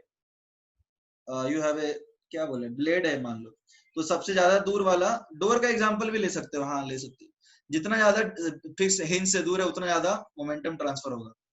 ठीक है, तो एंगुलर मोमेंटम मतलब कोई चीज यदि सर्कल में घूम रही है, जैसे तलवार से मुंडी काटते हैं, तो एंगुलर मोमेंटम से ही सर कटता है ना। Is that clear? ठीक है, कोई चीज यदि सर्कल में घूम रही है तो वो भी मोमेंटम ट्रांसफर करती है। ठीक है, तो सर्कुलर पाथ में जो मोमेंटम है उसको एंगुलर मोमेंटम बोलते हैं। तो एंगुलर मोमेंटम क्या होगा? What will be angular momentum? Angular momentum is written as mvr। ठीक है, ओके। अच्छा, ये जानते हो सेंट्रीपिटल फोर्स क्या होता है? What is centripetal force? Mathematical expression क्या होगा सेंट्रीपिटल फोर्स का? जैसे मान लो सेंटर सीकिंग फोर्स, जो सेंटर की तरफ लग रहा है, ठीक है। मान लो एक पत्थर के एंड में, मतलब एक स्ट्रिंग के एंड में मैंने एक पत्थर बांध लिया, and I am rotating this string. मैं एक पत्थर बांध लिया हूं एक स्ट्रिंग के एंड पे और इसको मैं घुमा रहा हूं, तो जो फोर्स लगा रहा हूं सेंटर से, that is called centripetal force. Force generated from the centre is called centripetal force, या फिर सेंटर सीकिंग फोर्स जो सेंटर से आता है। ठीक है, फोर्स जनरेटेड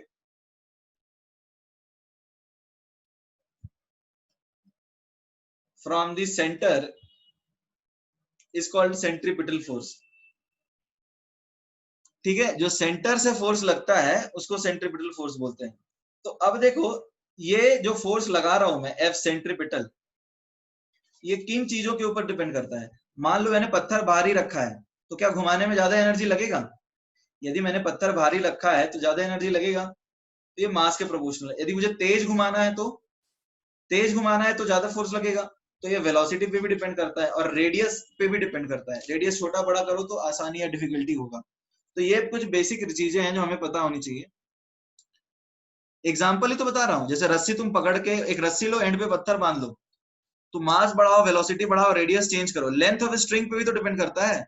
बड़ा स्ट्रिंग रखो और छोटा स्ट्रिंग रखो, छोटा स्ट्रिंग को घुमाना ज्यादा आसान होगा या बड़ा स्ट्रिंग को? छोटा स्ट्रिंग को घुमाना आसान है, यानी जब छोटा स्ट्रिंग है, रेडियस कम है, तो सेंट्रीपिटल फोर्स कम लग रहा है। अब स्ट्रिंग यदि बहुत बड़ा कर दिया, अर्थ एंड सैटेलाइट भी है, ग्रेविटेशनल फोर्स लगेगा वहां पे। यदि स्ट्रिंग बहुत बड़ा कर दिया तो ज्यादा फोर्स लगेगा ना उसको घुमाने के लिए। समझ में आ रहा है? क्या नहीं समझ में आया तुम्हें पार्थ? हाँ, घुमाना, जब स्ट्रिंग बड़ा होगा तो घुमाना ज्यादा मुश्किल होगा। इसका मतलब सेंट्रीपिटल फोर्स ज्यादा लगेगा ना। तो सेंट्रीपिटल फोर्स क्या क्या चीज पे डिपेंड कर रहा है?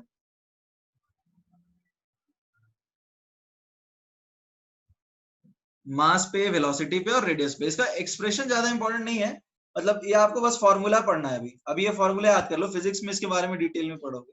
हमें तो बोर्ड थ्योरी पढ़ना है। ये फॉर्मूला सबने लिख लिया?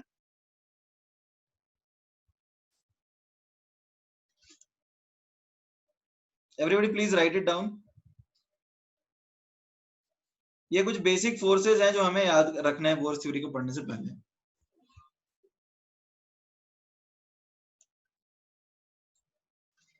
Everybody written?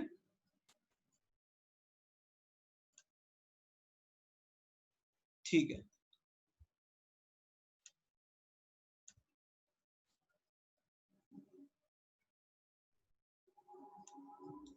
तो सी एवरीबॉडी, आई होप आप लोगों ने ये पढ़ लिया है और बेसिक रिजल्ट्स आपको याद हैं।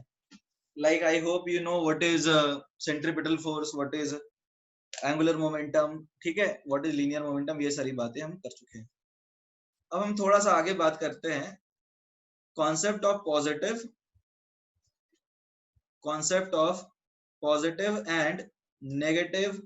एक सेकंड ऐसा कर देता हूं, concept of positive, negative and zero potential energy. Concept of positive, negative and zero potential energy.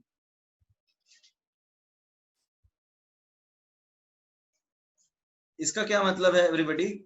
Concept of positive, negative and zero potential energy. ये बात समझ रहे हो? What is positive and negative potential energy, what is zero potential energy? See, मान लो एक ball जहां जमीन पे रखा है इस तरह से। Suppose there is a ball which is kept on ground like this. तो अब ये ग्राउंड है, ठीक है, दिस इज ग्राउंड। तो इस बॉल की पोटेंशियल एनर्जी हम क्या बताएं? इस बॉल को मैं उठा के यदि यहां भी शिफ्ट कर देता हूं तो ये बॉल वापस तो जाएगा नहीं। तो यहाँ पे भी इसकी वही एनर्जी, यहाँ पे भी वही एनर्जी, यानी सबकी एनर्जी जीरो। तो हम क्या बोल सकते हैं? यहाँ पे पोटेंशियल एनर्जी जीरो बोल सकते हैं। चलो, अब मैं बॉल को कुछ ऐसे रख देता हूँ, कुछ इस तरह से। अब बॉल सपोज इस पॉइंट पे, तो इस पॉइंट पे यदि बॉल रहता तो इस पॉइंट पे भी लाने में कोई एनर्जी जीरो चेंज नहीं हो रही थी।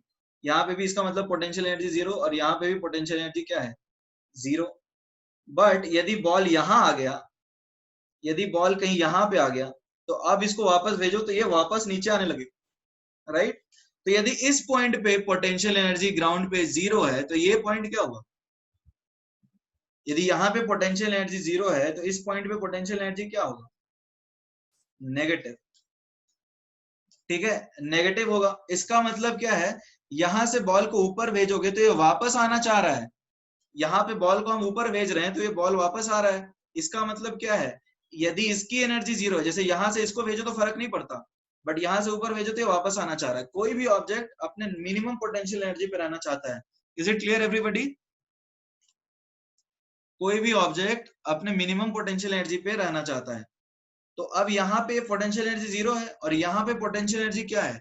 नेगेटिव है ना, इसलिए यहाँ पे नीचे ऊपर नहीं जाना चाह रहा है। तो यहाँ पे देखो क्या है, यहाँ पे पोटेंशियल एनर्जी जीरो हो गया और यहाँ पे नेगेटिव हुआ। इसमें किसी को कोई डाउट तो नहीं है? ठीक है। अब मान लो कुछ इस तरह का सिस्टम है और बॉल को मैंने यहां रख दिया, तो अब बताओ तो इसका पोटेंशियल एनर्जी क्या होगा? यहाँ पे पोटेंशियल एनर्जी सरफेस पे जीरो है, तो इसका पोटेंशियल एनर्जी क्या होगा? पॉजिटिव। क्योंकि यहां से तो नीचे आएगा तुरंत, जरा सा भी इसको इधर उधर करो तो ये नीचे आ जाएगा। तो ये आ गया पोटेंशियल एनर्जी पॉजिटिव। तो अब देखो, समझने की कोशिश करो, समझने की कोशिश करो क्या, कि जब पोटेंशियल एनर्जी जीरो है इसका मतलब नो फोर्सेस। ये समझ में आया? पोटेंशियल एनर्जी जीरो का मतलब क्या है? अरे जब फोर्स लगेगा तो एनर्जी अक्वायर करता है ना कोई ऑब्जेक्ट। तो यदि पोटेंशियल एनर्जी जीरो है यानी कोई फोर्स है ही नहीं। तो पोटेंशियल एनर्जी नेगेटिव का मतलब क्या है? पोटेंशियल एनर्जी नेगेटिव यदि हम लिखते हैं इसका मतलब क्या हुआ? पोटेंशियल एनर्जी जीरो का मतलब नो फोर्सेस, तो पोटेंशियल एनर्जी नेगेटिव का मतलब कुछ तो फोर्स है ना। तो वो फोर्स कैसा है? अट्रैक्टिव फोर्स है। Is that clear?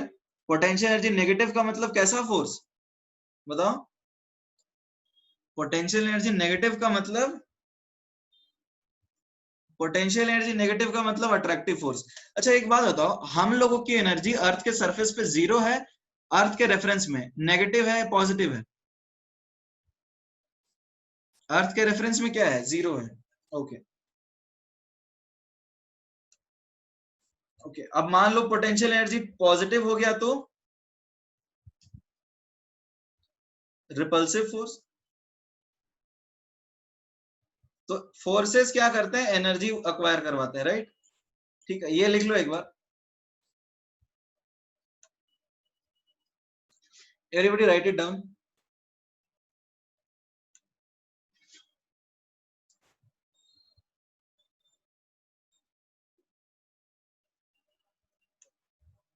ठीक है, रिटर्न, एवरीबॉडी रिटर्न,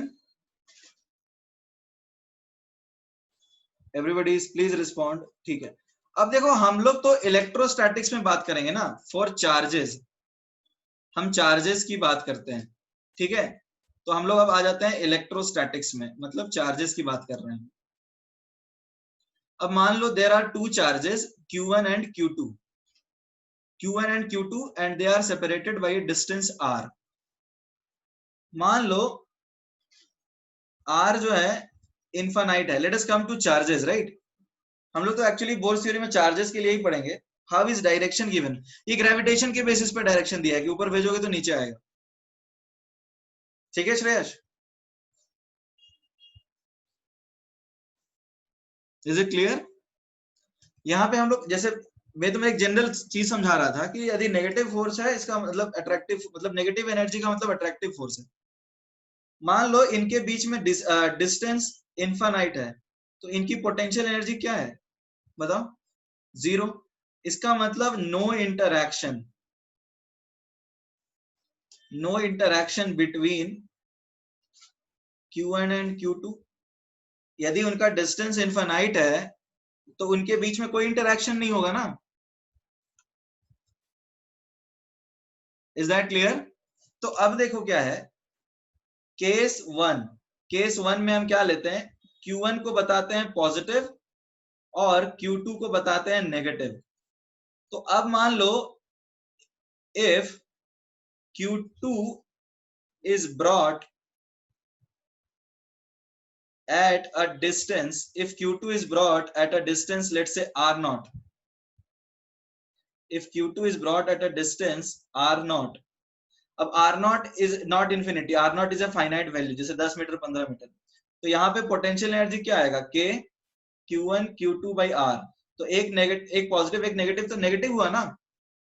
अरे मान लो अब ये एक पॉजिटिव चार्ज है और एक नेगेटिव चार्ज है and they are separated by a finite distance.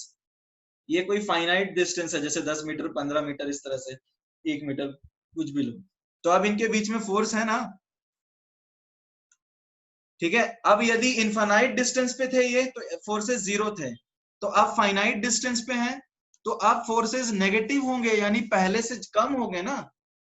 समझ में आ रहा है? तो अब यहां से इनफाइनाइट से नजदीक आने पे एनर्जी नेगेटिव का मतलब क्या है? इनके बीच में फोर्सेस अट्रैक्टिव है। Is that clear? ये डाउट है?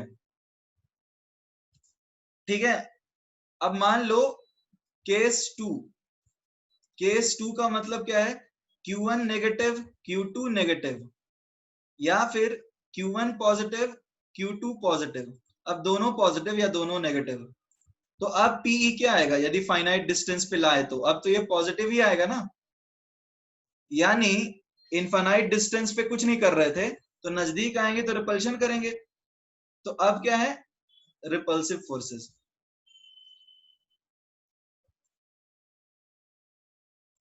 Is that clear everyone? इसको लिख लो फिर, राइट इट डाउन।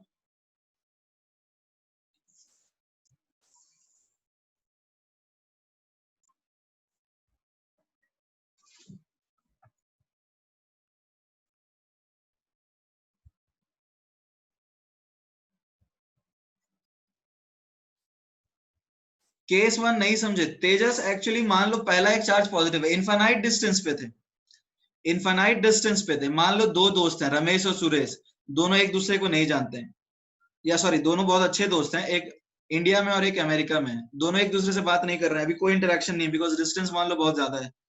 अब वो मान लो एक टेबल पे आ जाते हैं 1 मीटर के डिस्टेंस पे, तो अब उनके बीच में फोर्स क्या होगा? पहले यदि जीरो था और तो अब क्या है? तेजस आप बताओ, केस वन तो वही है ना, ऑपोजिट चार्जेस अट्रैक्ट करते हैं। तेजस, पहले वो एक दूसरे को नहीं जानते थे, और अब मतलब यार क्या बोल रहा हूँ, पहले दोस्त थे बट काफी दूर थे, अब नजदीक आ गए तो फोर्सेस अट्रैक्टिव हो गए ना। तो दो अनलाइक चार्जेस को एक फाइनाइट डिस्टेंस पे लाओगे तो फोर्सेस अट्रैक्टिव हो जाएंगे, और यदि सिमिलर चार्जेस को लाओगे, जैसे दो दुश्मन है, एक इंडिया में एक यूएसए में, अब नजदीक ले आओगे तो क्या करेंगे? दोनों झगड़ा करेंगे, तो रिपल्सिव फोर्सेस हो गए, पॉजिटिव एनर्जी हो गई। ठीक है, हाँ वैसे ही मतलब कोई भी तुम मैग्नेटिक फोर्स या कोई भी फोर्स का एग्जांपल ले, हम तो इलेक्ट्रोस्टैटिक्स डील कर रहे हैं, बोर्स थ्योरी।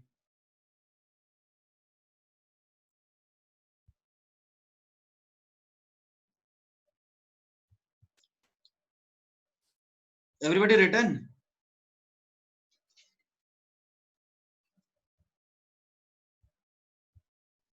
अच्छा एक बात बताओ, यहाँ पे बोर्स थ्योरी में इसका क्या यूज है, कुछ समझ में आ रहा है तुम्हें? Why are we discussing this in Bohr's theory? तुम्हें कुछ समझ में आ रहा है कि हम इसको बोर्स थ्योरी में क्यों डिस्कस कर रहे हैं ये सब चीज? What is the use? Electron, देखो बोर्स थ्योरी में इसका यूज क्या है, मान लो न्यूक्लियस होगा बोर्स थ्योरी में, न्यूक्लियस के ऊपर चार्ज कुछ भी हो, न्यूक्लियस के ऊपर पॉजिटिव चार्ज होगा जेड ई, जेड ई कैसे आया समझ में आया? प्लस जेड ई कैसे आया? मान लो इसका एटॉमिक नंबर जो है, एटॉमिक नंबर बराबर जेड, तो जेड प्रोटॉन्स होंगे, तो चार्ज ऑन वन प्रोटॉन क्या आता है? चार्ज ऑन वन प्रोटॉन आता है प्लस ई, तो न्यूक्लियस में जेड है ना, प्रोटॉन, तो चार्ज ऑन न्यूक्लियस क्या आएगा? चार्ज ऑन न्यूक्लियस क्या आएगा बताओ? ये आएगा plus Z into E. Is that clear? रुक जाओ हम लोग देखेंगे। अब इलेक्ट्रॉन नेगेटिव चार्ज वाला इसके आसपास घूम रहा है एट ए डिस्टेंस आर, वो एक्चुअली क्या है, will see that, Aditya will see that. तो अब देखो क्या है, पोटेंशियल एनर्जी निकालोगे किसका, इलेक्ट्रॉन का, तो वो क्या आ रहा है? ये आ रहा है प्लस के Q1 Q2 अपॉन आर, तो ये आता है minus K Z E square by R. अब पोटेंशियल एनर्जी नेगेटिव आने का मतलब क्या आया, समझ में आया? पोटेंशियल एनर्जी नेगेटिव आया, यानी कि attractive forces exist between electron and nucleus. ये समझ में आ रही है बात? Is it clear? Attractive forces exist between electron and nucleus. तो अब यदि इलेक्ट्रॉन की पोटेंशियल एनर्जी है minus K Z E square by R, तो कोई बता सकता है what will be the ionisation energy for electron? What will be the ionisation energy for electron? Anybody can you explain? ये बता सकते हो? अरे एक बात बताओ, अर्थ के सरफेस पे, हाँ good good Shreyas, it will be plus K Z E square by R, सही है। इसके रेफरेंस में यदि ये हमने माना है, देखो यहाँ पे हमने पोटेंशियल एनर्जी लिखा है, यदि ये टोटल एनर्जी होता तो हम देखते कैसे। ठीक है, यहाँ पे इसको हम ये ना लिख करके we can simply write plus total energy. ठीक है, हम देखेंगे क्या आता है, कैसे आता है। देखो समझने की कोशिश करो, अभी तो बेसिक मतलब क्या है, आई विल एक्सप्लेन दैट। अभी देखो ये इलेक्ट्रॉन इसके आसपास घूम रहा है, तो इसके और न्यूक्लियस के बीच में फोर्सेस अट्रैक्टिव है, right? Everybody is it clear? से यस और नो? तो अब हम इसको कितना एनर्जी दें कि ये न्यूक्लियस को छोड़ जाए? उतना ही एनर्जी ना जो इसका टोटल होगा एनर्जी, राइट? जो इसका टोटल एनर्जी माइनस में है उतना ही प्लस में दोगे ताकि इसका एनर्जी जीरो हो जाए। एनर्जी जीरो होने का मतलब क्या है? उस इलेक्ट्रॉन का इस न्यूक्लियस के साथ इंटरेक्शन खत्म। Is it clear?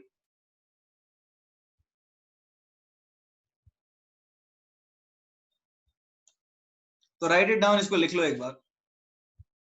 ये टोटल एनर्जी क्या है? we'll see what is total energy. Total energy is kinetic energy plus potential energy. हमने सिर्फ पोटेंशियल एनर्जी ही लिखा था अभी।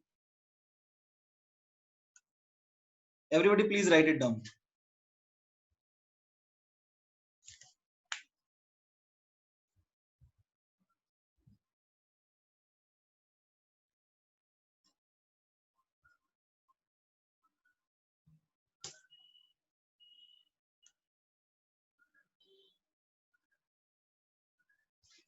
Everybody return.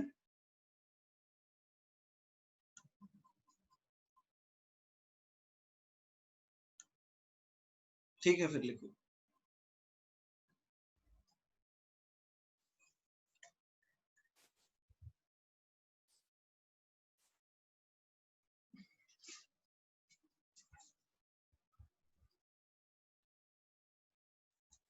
किनमें नीचे ही है, इससे नीचे कुछ लिखा ही नहीं मैंने। की में आई थिंक, की में ओके।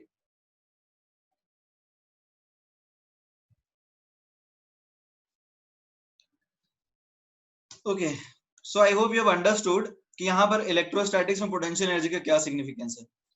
अट्रैक्टिव फोर्सेस हैं, जीरो फोर्सेस। देखो इलेक्ट्रॉन की एनर्जी जीरो का मतलब क्या है? सी, हम ऐसा समझते हैं, if total energy of electron is zero, इसका मतलब it is an ionised electron. ये ऐसा इलेक्ट्रॉन है जो अपने न्यूक्लियस को भूल चुका है। इसको अब किसी दुनिया में किसी न्यूक्लियस से कोई मतलब नहीं है। राइट? समझ में आया? टोटल एनर्जी यदि इलेक्ट्रॉन का जीरो है, इसका मतलब इट इज आयनाइज्ड। ये इलेक्ट्रॉन किसी न्यूक्लियस के इंटरेक्शन में नहीं है। Is it clear everybody? ये इलेक्ट्रॉन अपने न्यूक्लियस को भूल चुका है। It is ionised electron. अब यदि टोटल एनर्जी इलेक्ट्रॉन का नेगेटिव है, इसका मतलब इलेक्ट्रॉन का टोटल एनर्जी नेगेटिव का मतलब क्या हुआ? इलेक्ट्रॉन का, हाँ पॉजिटिव हो सकता है। इलेक्ट्रॉन का नेगेटिव एनर्जी का मतलब क्या है? It is attracted towards nucleus. ये अपने न्यूक्लियस के टुवर्ड्स अट्रैक्टेड है। ये अपने न्यूक्लियस के इंटरेक्शन में है। अब मान लो टोटल एनर्जी पॉजिटिव है, इसका मतलब वही फोटो इलेक्ट्रिक इलेक्ट्रॉन में, फोटो इलेक्ट्रिक इफेक्ट में निकला हुआ इलेक्ट्रॉन है। राइट? यदि टोटल एनर्जी पॉजिटिव है, इसका मतलब हाँ, मतलब ये basically electron has a kinetic energy. हम बोल सकते हैं इट इज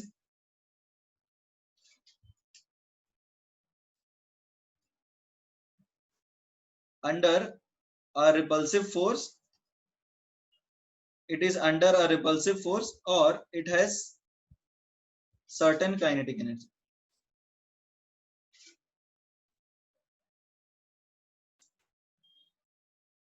ठीक है एवरीबॉडी? अरे रिपल्सन न्यूक्लियस से नहीं मिलेगा। यदि न्यूक्लियस रिपेल करेगा तो एनर्जी जीरो हो जाएगा। पहले एनर्जी जीरो होने का मतलब ये कि वो भूल गया न्यूक्लियस को। Everybody return.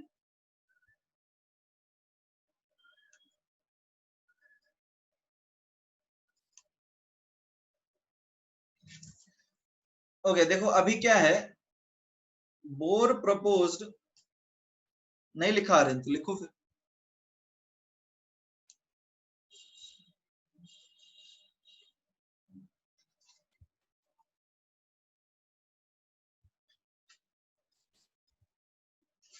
हाँ बिल्कुल कर सकते हो Rajat, we can do that.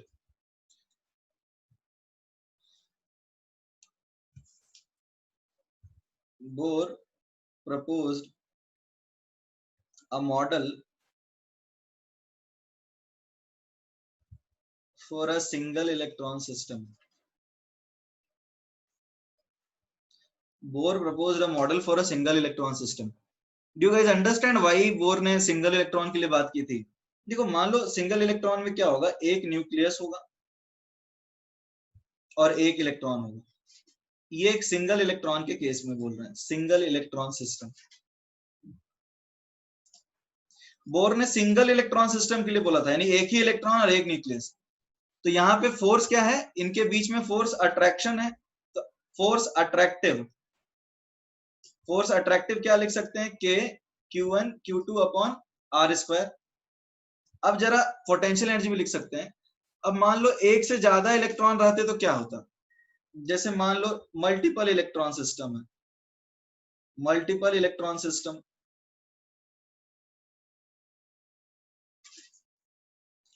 देखो मल्टीपल इलेक्ट्रॉन में क्या होता है, जैसे मान लो, just minute,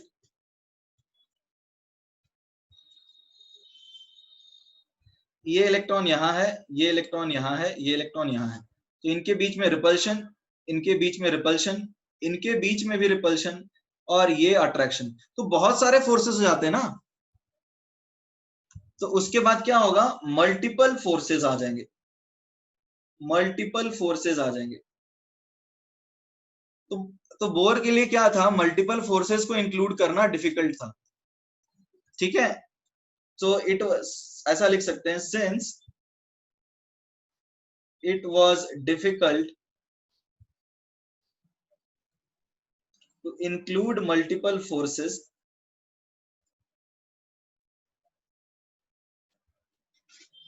so Bohr proposed a model for single electron system.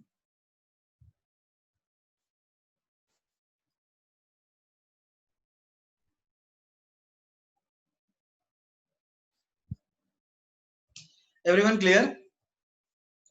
देखो इस वाले केस में, मल्टीपल इलेक्ट्रॉन्स के केस में बहुत ज्यादा रिपल्शन होगा, है ना, और अट्रैक्शन भी होगा, तो बहुत सारे फोर्सेस आ जाएंगे जिसको बताना पॉसिबल नहीं था बोर के लिए।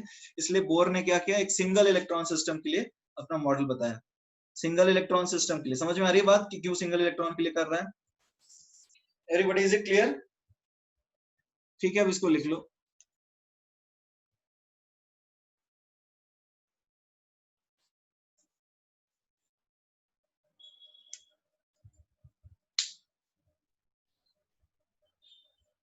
हाँ, it this model was accurate, single electron के लिए एक्यूरेट था।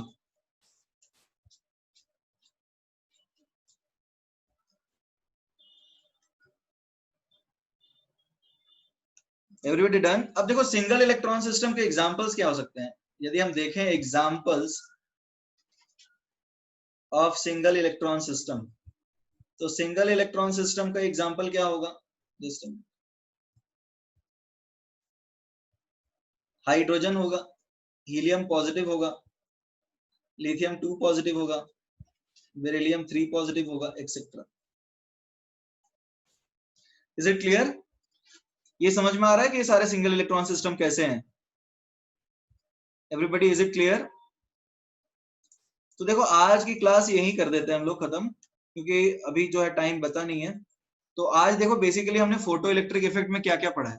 फोटो इलेक्ट्रिक इफेक्ट में हमने पढ़ा है stopping potential and photo electric current. उसमें किसी को कोई डाउट है?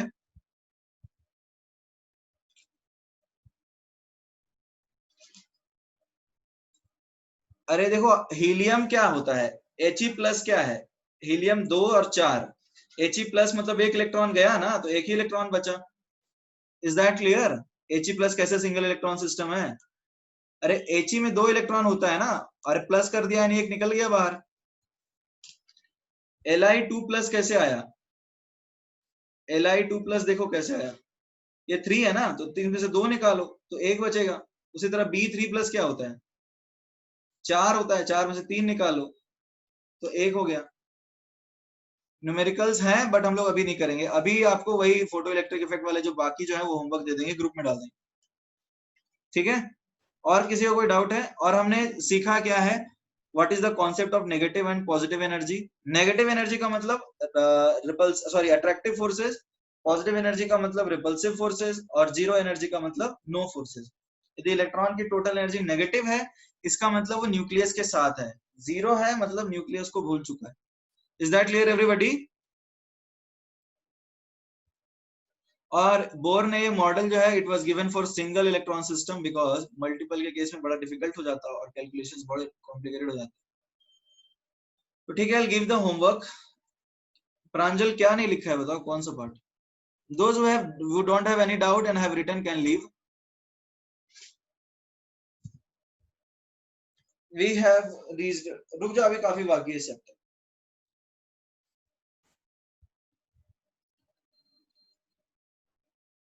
लास्ट है, लास्ट मॉडल जो होगा that will be for multiple. Graph इसका अभी नहीं है, अभी देखेंगे कैसे क्या आएगा। Everybody written? Written everyone? ठीक है फिर, ठीक है, good bye. I will give you the homework, group में डाल दूंगा।